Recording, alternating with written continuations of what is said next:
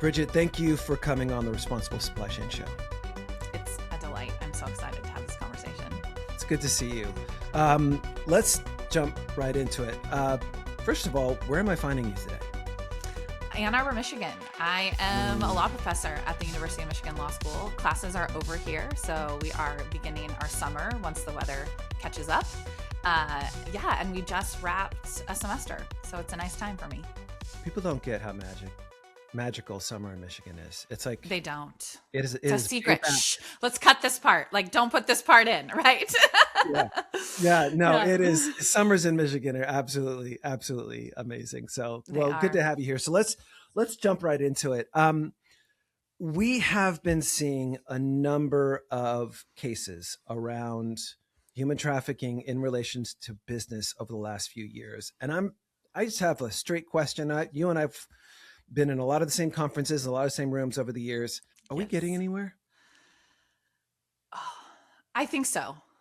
I mean, if you had asked me 10 years ago on this podcast, would JP Morgan Chase and Deutsche Bank and financial institutions ever be touched by civil liability for banking someone who was trafficking people? I would have said, no. We're not there. I can't conceptualize the case. What would that look like? And that's real, right? There was, they weren't found guilty. They settled. But the idea that financial institutions are within the ambit of the Trafficking Act civil liability law is really wonderful, right? I mean, when I think about the trafficking law, what I love about it, what I love about being a lawyer, right, is that you're like a superhero that has like all these tools in your tool belt.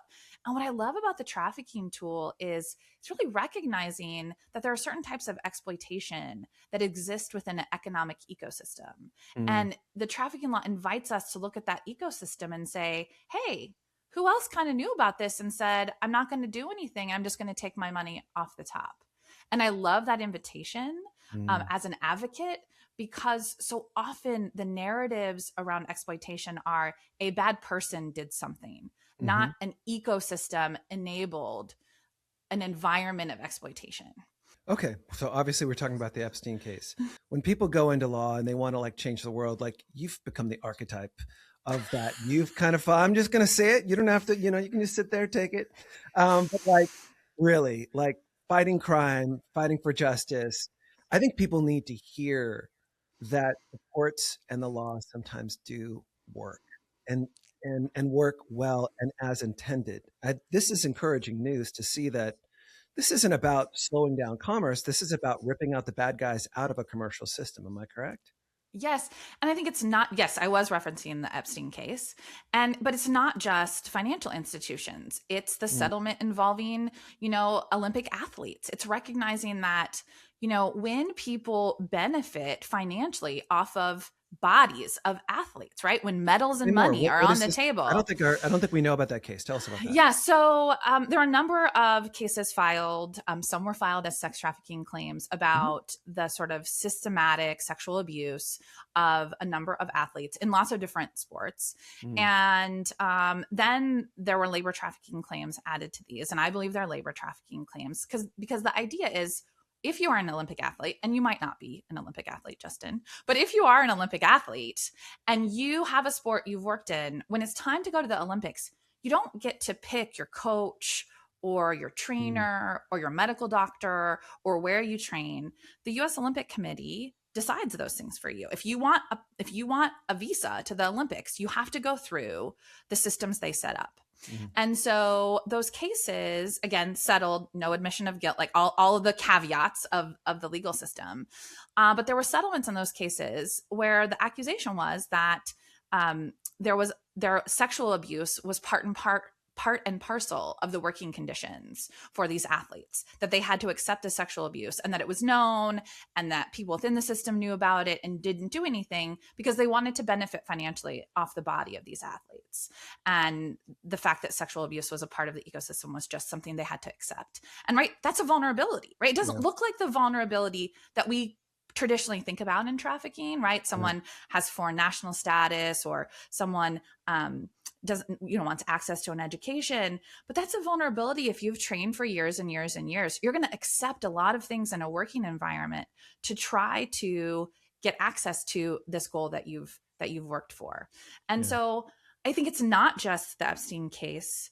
We're seeing really interesting things happening with Mohammed Al-Fayed and Harrods in the UK, where the UK government has finally recognized that what happened to the women there was human trafficking and not just the bad acts of one individual person. What happened there? And so it's a complex case, but it is alleged that Mohammed Al-Fayed and his brothers would use Harrods and other entities to identify women that they would then sexually abuse, right? Using the HR processes and other things. And so again, it's this idea, the more we can get away from, there are these individual bad people, and instead say, what incentives exist in ecosystems that facilitate the financial benefit off of exploitation. And that's really what I hope we can talk about in the trafficking world, right? Because so often we're just talking about Epstein, right? But really, there's so many parts of the ecosystem he built that could have stopped the trafficking, or at least disrupted it, something like that. And we're not doing enough talking, I think, about the rest of those pieces. And that's what I really love about the civil liability provisions of the trafficking law, because it says, like, it's not just about the person. It's about who else is there, who else is making a financial benefit. Yeah.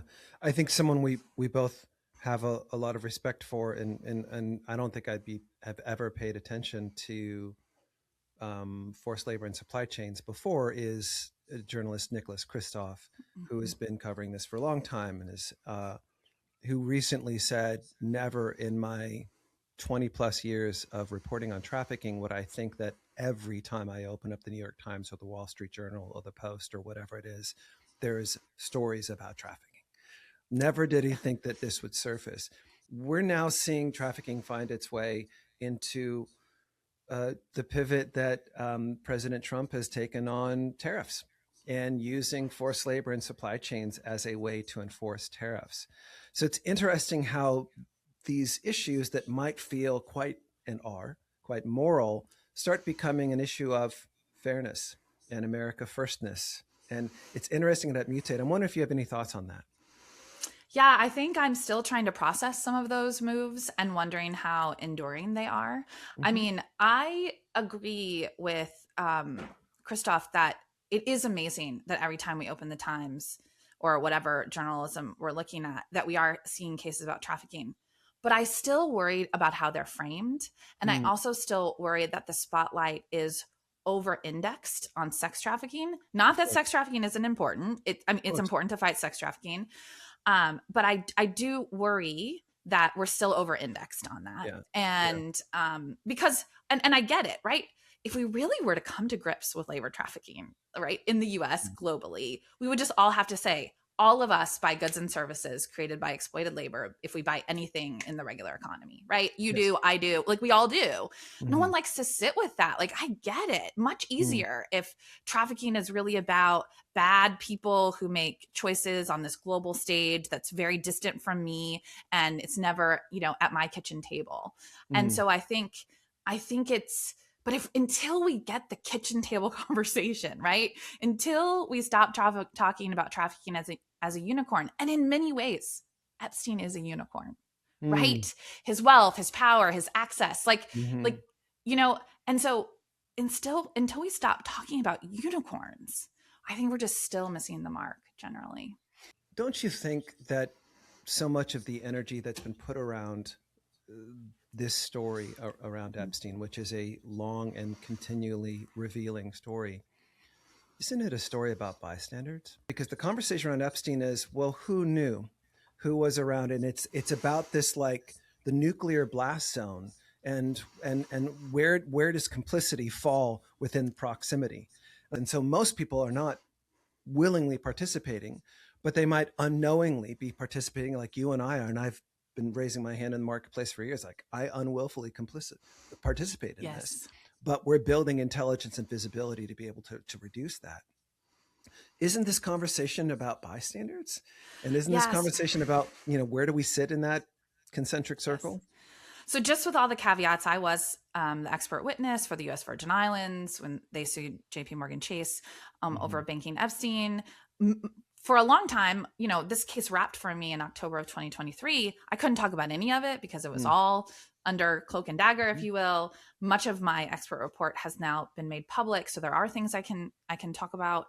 Um, and so I think you're right. It's about bystanders. But I think what's missing from that conversation is, and I think it's missing just more broadly in human trafficking conversations, is we'll often talk about, well, we want to help victims. But what we don't spend time talking about is, can we all agree on who that is?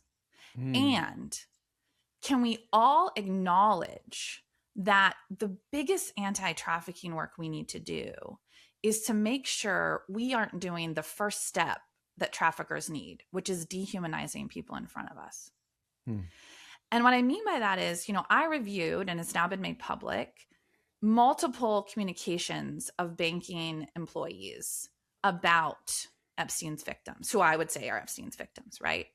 And their kind of disdain for the choices that those women were making, because they weren't viewing those women as victims. They were viewing them in a way, maybe as people who were willingly choosing to participate in commercial sex or who were exploiting Epstein's wealth. I don't know. I'm not them. I can't say how they were viewing them.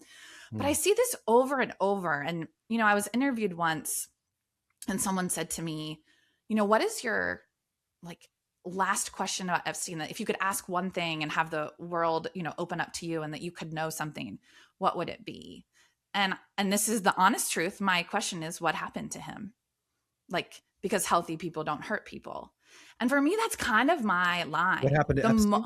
What happened to Epstein? That That is would my, make him do this? Is that your question? yeah. And the reason I mention that is because my line for myself is, the moment I turn perpetrators into monsters Hmm. is the moment I have to stop doing this work, because Hmm. that is dehumanizing them. Whoa. And it doesn't mean I don't want them held accountable. I think Hmm. Epstein, if he was still alive, should be in jail, 100%. Of course. But the moment I can't see his full humanity or any perpetrator's full humanity, I'm out, Justin. I don't do the work anymore, because that's what trafficking needs every time, right? In supply chains, we need to not think about these individuals as human beings entitled to dignity and a fair working environment. We just need to think about them as widgets, right? Like, we Mm. need, if I'm banking, I need to judge the choices these women are making, right? Like, that's the first step. That's what traffickers bank on, is that we will stop seeing people in their full humanity. And so, yes, it's bystander, but it's bigger than that. Mm-hmm. It's that we are willing to so quickly other the people in front of us. Jeez, that's a lot, and even for Sorry. me, that's a lot. That's a lot. No, I just my mind and my heart are breaking at the same time around this. I think for the listeners of this show would fully agree with you on this. They're looking at supply chains that they cannot see the people. They see numbers and spreadsheets, and yet they know, because of the intelligence that they're getting and because of the regulations that they face, that there are problems out there, the quote unquote needles in haystacks. Yes. And bringing this humanity of, there are people whose choices, back, whether it's the Olympic athletes or the people in the Virgin Islands, there are people whose choices have been taken away from them and are now forced to do things that benefit others and don't benefit themselves. Is that so? How do we, you tell me how to help the responsible sourcing manager at, such and such Yeah. multinational be able to carry these two things at once? I need to reduce risk in my supply chain, which is a numbers game, and I need to see people in my supply chain, which is a human game. How do you give me some guidance about how to help those folks? Well, I mean, I think one of them is I think that the best way to reduce risk is to see humans, right? The How do you moment do that? so I think one of them is, my law students and I worked on a big project about this, is just stopping pretending that everything is opaque. And let me just step back from that. Complexity is not the same thing as opacity. And I want to be really, really, really clear about that, right? Things can be deeply complex and have thousands to millions of data points. That does not mean the same thing as being opaque. And I think that our legal system in many ways, our disclosure requirements in many ways, like our public narratives in many ways have like substituted opacity for complexity. And part of the reason is, as someone who, and I appreciate your kind words about my legal career, I am just a first generation college student from rural Route 7 in northern Indiana. So, but I think, as someone who spent my legal career representing both sex trafficking survivors and labor trafficking survivors, and hearing people talk about, well, it's just impossible to know things. And whether that's in a hotel room where a sex trafficking survivor is being, exploited, or, someone in a supply chain, I just always had this immediate visceral reaction of, my sex trafficking clients aren't performing sex acts on themselves, right? There are more people involved. And then when I think about farm workers, which is much of what the research we've been doing is on, the product they pick goes through hundreds, if not 1,000 sets of eyes and ears and hands, right? Like there is no problem with seeing, touching, looking, learning, right? And so when there was the Operation Blooming Onion indictment, Can you that talk was about that? This is a project that you guys have just. Yeah. Yes. So Operation Blooming Onion was one of the U.S.'s largest forced labor prosecutions in the U.S. It found that over 100 migrant workers were held in Georgia's onion fields. 24 people indicted, and involved lots of money and different people. And we don't have enough time to go into all of the convictions and plea deals and all that. Just to say, there's no question that labor trafficking existed here, and a number of the primary perpetrators were held accountable. Fantastic win, right? Like, great. The moment, though, that I started thinking more about this case, I was like, that's fantastic. I'm really, really glad that those people are being held accountable. But why aren't we having a conversation about where those farm products ended up? And so we all started, talking, and I said, well, you know what I do have? I can't answer that question why, but I have a lot of law students I can put to work, right? I built my career on a lot of law students I can put to work. And so we really began to play with this question of not relying on company disclosure and not relying on worker disclosure. To do what? Just to see if we could see into the supply chain. Could I answer the question of trace the supply chain is what you're saying? Yeah. Like, where did those onions end up? Like, why are we not talking about the companies that end up buying them? Again, I'm not saying those companies should be held legally culpable for knowing about the trafficking and financially benefiting. That's like a different analysis. I'd have to know a lot more facts. Yeah. But why did they escape even mere mention in the media that they were procuring exploited goods? Like, the media never even mentioned them. So this is because is this post case, or is this? Yes, okay. Post case. I have never represented anyone involved in Operation Blooming Onion. I don't know any of the workers. I am taking on this project the way anyone could, right? Just what can I Google, right? Like, what can I Google was the question. Like, hey, I see a problem. I see a judgment. I want to see if me and a bunch of law students with laptops, and that's it. No access to shipping records, no access to proprietary data. We're going to see if we can trace this case/supply chain. Okay. Yes. Got it. And also, I'd been on calls with folks who worked on Operation Blooming Onion. They're like, yeah, we don't know where they went. We don't. And when you look at, separate, when you look at market share for the amount of Vidalia onions that are produced by these farms, the answer would be they're everywhere, right? But we don't get that. But so the law students just started like the painful work of doing all sorts of things. We started with the H2A filing. So when you want farm workers to work on your farm, you kind of apply for, I want 20 farm workers, if you will. And the Department of Labor publicly posts those requests from farms. Okay. So we were able to look at the indictment, look at the places that the onions were grown where Yeah. this exploited work happened, and then pull those H-2A, publicly available Department of Labor website, pull those H-2A orders, and then start gathering addresses that told us, this is essentially the origination site. This is the soil. So we have tons of addresses, but this is the soil. This is where it started. And then we said, okay, see if we can like figure out where it ends up. I have to say, I never knew I would be so grateful to every person who ever left a 1-star review of a vegetable, right? Because people who post online complaints about their produce became some of our best sources of information. So we have this. Yeah, there you I go. know. Who would have known? Right. Here's to the complainers.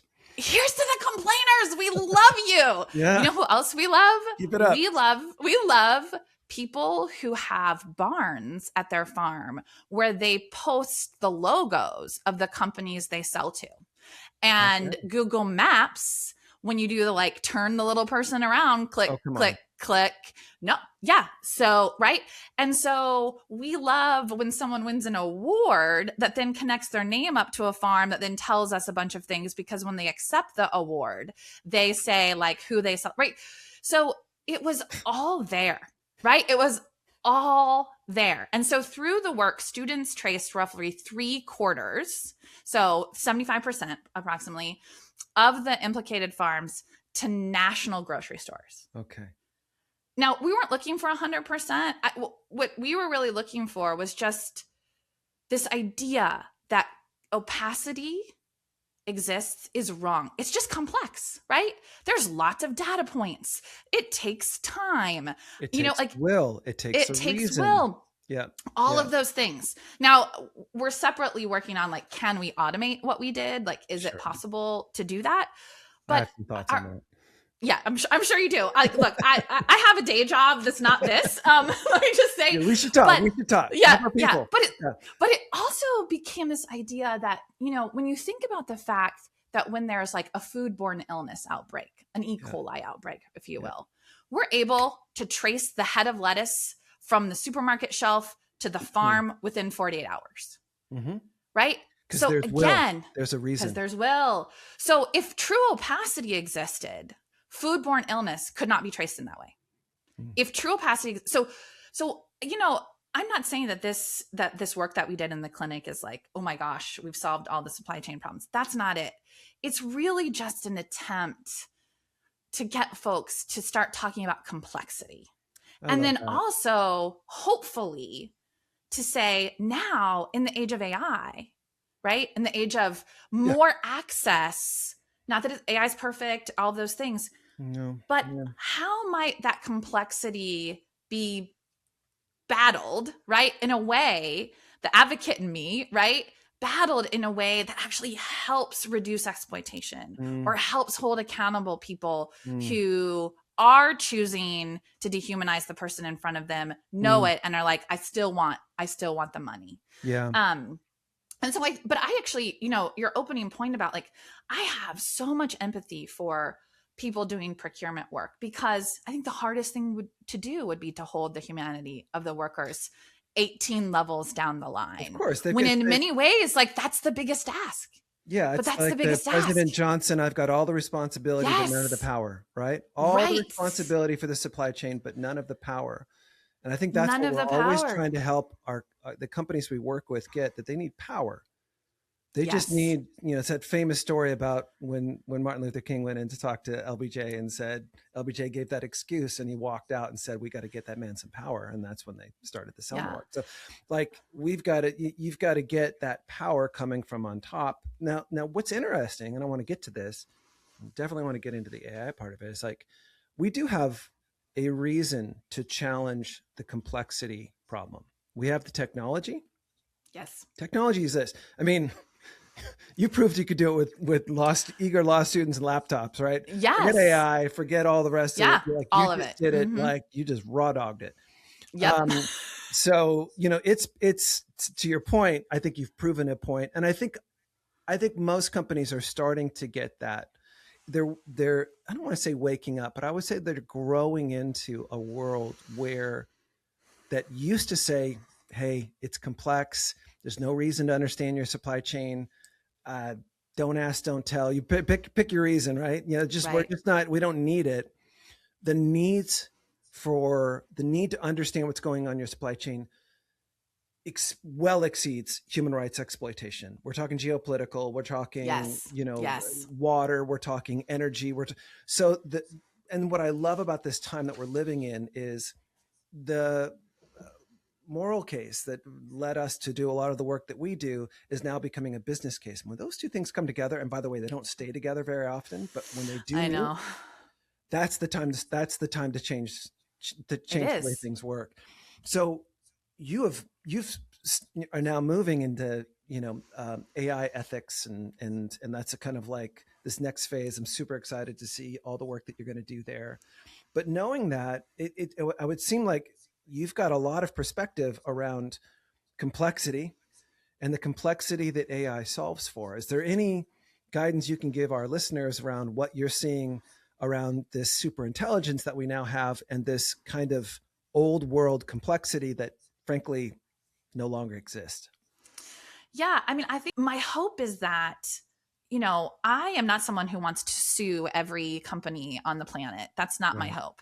My hope Yeah. is actually we do enough key cases that we change the risk management perspective that it becomes more expensive to use exploited labor. I actually think right now it probably, unfortunately, there are tons of incentives to use exploited labor. Like I actually think the incentive structures are wrong right now. And so I don't want litigation to be pounding everyone. But what I do want, I want when that indictment happens in the future, I want reporters saying, who bought these onions? Mm-hmm. What companies, right? I want Mm-hmm. all of us going, wow, you know where that supply chain stopped? My kitchen, Mm-hmm. right? I Mm-hmm. want us to have that, not Epstein is a total unicorn, unique over here. I don't make as much money as him. I'll never ride in a private jet or go to a private island. Mm-hmm. Did you eat a Vidalia onion in the past 5 years? Right? Did you enjoy a nice burger with an onion on top? Like, do you like onion rings? Because when that conversation happens, it won't be as hard for procurement workers to picture humans in their supply chain because all the incentives will be helping them, right? Like Yeah. everything will be aligned to help them. And What? so Yeah. So what that's my would hope. you? We've talked a lot about what's going on here in the United States, where we both live. Our customers have supply chains and even operate elsewhere in the world, where there are also human rights laws that they're facing and some challenges. So, we've got new laws coming into Europe around Yes. that are similar to import bans here. And I think, and it's very natural for U.S. companies doing business in Europe, whether you are headquartered out of there or not, to be thinking about how much complexity do I need to reduce in my supply chain, but not overwhelm us with too much information. And that's real. I have a lot of empathy for that. Yes, me too. I was on a call this morning with someone who's like, wow, Justin, that's a lot of data you're providing. I'm like, it is, and it has the benefit of all being true. So what are we going to do about it? Right? Because what people are scared of is creating a bunch of choices that they then have to make that they're not ready for. And it seems, and so I think that the listeners here know that they've got choices they've got to make. But from a legal standpoint, is there any guidance you can give them that can maybe lower the pressure around this? Because I hear you saying being proactive is better than being reactive because you don't want it to be too late. But it's not necessarily how humans think. They usually Yes. think No, like, I know. I'll I deal with know. the problem when it gets here. I know. Well, one, I actually think some of the things happening in Europe, because I'm not a procurement person, I don't have Yeah. to deal with these realities, but I'm really intrigued by them, right? Like the EU and Germany, they're really operating from the assumption that big companies can trace their supply chains and Mm, must, right? Like that's going to be a real interesting shift if US companies are doing that as well. And that doesn't, I think that when you start from that perspective, it doesn't mean I think a whole bunch more people should be on the hook, right? It means that if you show that you are looking and that you found something and then you're trying to help fix it, like that, those people should get all the gold stars, yeah. right? Not be hauled into court. But we haven't done anything with this formally. So what I'm going to talk about next is just more some of my thoughts and everything. One of the things I'm really intrigued about with your question of like, well, what do you do, right? All these data points, so much data. Well, frequently throughout my career, I've had big data people coming to me and being like, we want to fight trafficking. We want like this data set or that data set or this thing or that thing. And I often don't have those data sets, right? Like I can't give away my client files, that sort of thing. I think there's a really interesting opportunity in supply chains to start just almost creating like putting a bunch of data in saying, these are what we think trafficking indicators are. How would you, AI, find them? What looks like a vulnerable supply chain to you? I mean, if I was one of these companies who, was a supermarket and I had bought stuff from these farms, which, we named them in our paper, lots of supermarkets that we all use, I would want to dump as many data points as I could into some AI simulations and say, could we have seen this? What would have been the indicator, right? Because once we start saying things that like, we know there was trafficking in the supply chain, right? But we didn't quote unquote see it. We can actually ask AI to say like, okay, what might we have missed, right? What might have alerted us? Can we actually come up with red flags that are evidence-based perchance, unlike the ones we have in the field right now, which are just someone made them up for the most part, and we tell people they're red flags.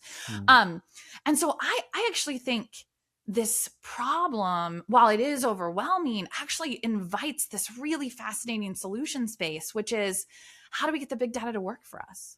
Right?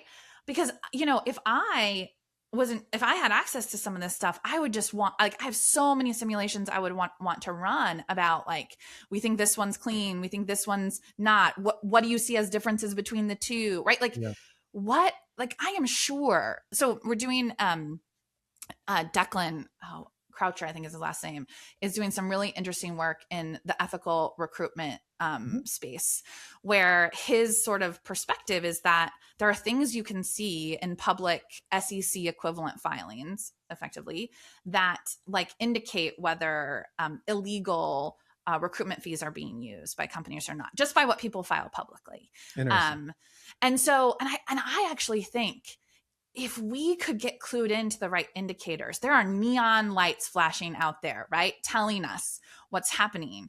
And AI and data mining and the cost of compute going down. I mean, environmental costs, that's not what I mean, but like what we have access to going down. Gosh, we really have a chance to identify those neon indicators. It actually makes procurement easier for people. You're not just like fumbling in the dark trying to figure out like which of these things might be a true risk.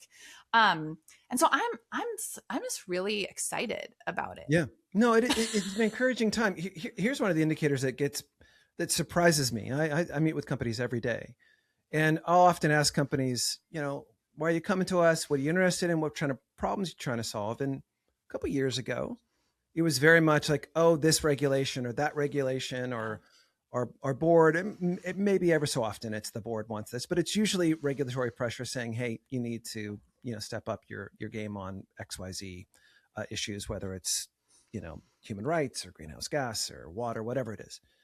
Increasingly, I mean, maybe almost 50% now of companies that I talk to, the pressure on them is, yes, of course, regulations, but the pressure on them is from their customers. Wow. And not consumers like you and I, business customers that are passing down the burden of complexity to their suppliers. Yes. And we are seeing that just like you go to market with price and time to market and quality, increasingly a factor for commerce is transparency, because you are reducing the potential risk. So coming to market with a transparent supply chain it's not there yet, but is becoming a competitive factor to be able to reduce the risk. Because what are we looking for now? We're looking for IT security. There's all these security issues in order to do business. Every time someone buys our software, we go through this IT security hazing. Yes. We're starting to see supply chain security hazing starting. And it's just in the baby steps, but the data makes it so much easier to verify, to trust and verify in one step. Not just trust because you wrote out something in a compliance report that says, I don't do these things. That doesn't, that's out the window. That's out the window. Right. Yeah. Right. It is just like anyone, including law students in Michigan, can map your supply chain with a laptop. Mm-hmm. Yeah. And I'm so like, it's exciting, right? And It is exciting. it also means that companies who are able to put their companies who are drowning in data now can hopefully drown in solutions. Yeah. I love transparency. I worry about it slightly because, again, it only matters if we see everyone in the supply chain as fully human. Let's And talk on that yeah. because I want to talk about humanizing Sorry, I bad keep guys. coming back to it. Sorry, I keep No, coming no, no, back no. to I was just it. thinking about it, like the humanizing of bad guys. So I just want to say, I think everybody is capable of making bad and good choices. I'm proof of that. Yeah. Right. Yeah, I just think like, let's humanize people who make bad choices. 100%. Yeah. We're all Yeah. capable of it. We are. Um, I remember one of the first times that that's one of the first times. It was the first time I did this far away. I went to Lake Volta in Ghana and went out to find and meet kids that had been trafficked onto the boats to fish. Yeah. Right? Horrible stories. These kids Mm-hmm. usually purchased for $20 or so, and Yeah. then 6 years old. Mm-hmm. Horrible. And I remember, we went out early in the morning. It was like super dark. It was just like this crazy, and it's just you felt like you're on Mars, like you're just wild, and we get in this like wooden boat that's like probably going to sink, and we Right. I mean, we're bailing Yeah. water as we are out there. I'm just like, what have I Mm-hmm. done? And I Yeah. brought a film crew with me, and we're trying to document this problem. Others have documented it, but we're out there looking, and we come upon this boat where we see two little boys, brothers. One of them was asleep because he was exhausted because he'd been working all night. I'll never forget. His T-shirt said "Ships Ahoy" on the Mm-hmm. on the T-shirt, Yeah. and it was threadbare and all the rest of it. And I was talking with an interpreter to the guy that was controlling him. Mm-hmm. I said, "Well, aren't the boys supposed to be in school? Aren't they the age to be in school?" I'll never forget what he said. He looked at me like as plain as I'm looking at you. He's like, "If they don't work, I don't eat." Right. And I'm like, I had nothing. First of all, Right. there's no argument. I'm just like, that is you're Right. living in a poverty that I don't have any reference point to, but you're also exploiting like this. I These are know. deep. He humanized his exploitation to me. Yes. But by recognizing that, like, he lives in a poverty that you can't even understand, that's the ecosystem argument, right? That's saying like, oh, to fight this, it's not like take out this guy on this No, boat, it's the system. right? It's the system. And I think trafficking law has such an opportunity to talk about systems, and yet we're still just talking about bad guys. Recognizing it through a system. One of the things that we say at our organization, at our company, is don't agonize, organize.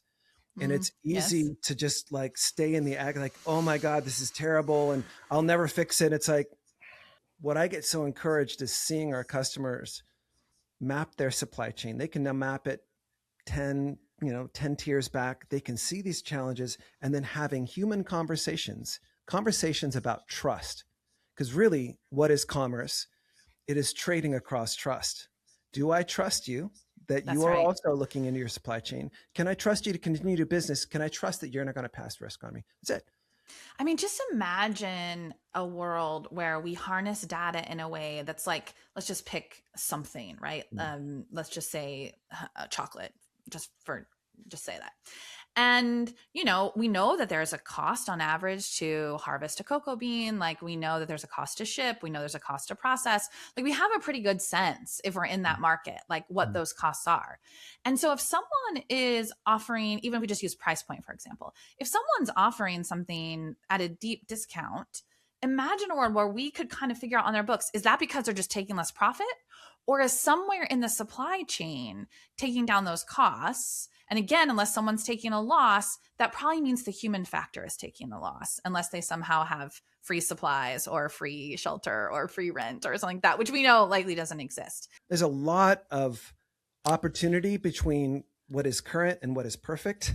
Yes. And this Look, idea that it has I'm to not be interested in perfect, me right? neither. Yeah. I'm just interested in not exploitive. Yeah. And I think, it's actually a issue happening right now in the Epstein case where a lot of attention is being focused on potential co-conspirators, victims who may have done things to harm others while they were being victims. Like, where is that line? Where do we draw the line?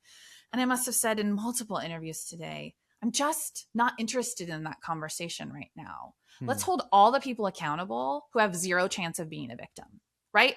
I long for the day when we get down to, right, the space I feel like you're talking about. Like, I long for the day in supply chains when I'm not worried about like the exploitation. Instead, I'm like, how do we figure out true cost and being perfect, right? We are, we're not there. And so, yes, acknowledge it's a complex conversation, put it on the shelf. Like, let's travel the road together that we can all agree we need to travel. And I look forward to sitting across from you and having that conversation with complexity when it's time. Me too. Is there and anything... we'll learn a ton on the journey, right? A ton that might answer those questions we can't answer right now. Any encouragement or any wisdom that you can offer people that are, stuck with this impossible job of all the responsibility, but none of the power inside of supply chains? We talk about trafficking in a way that makes it sound like the only people fighting it are law enforcement. And the reality is that the biggest, most effective possibilities live in other spaces, including this one. And so I know you're not being recognized as anti-trafficking advocates by the general public, but know that in Ann Arbor, Michigan, we are recognizing you as anti-trafficking advocates. Bridgette, thank you so much for coming on. I was happy to be here. Thanks for having me.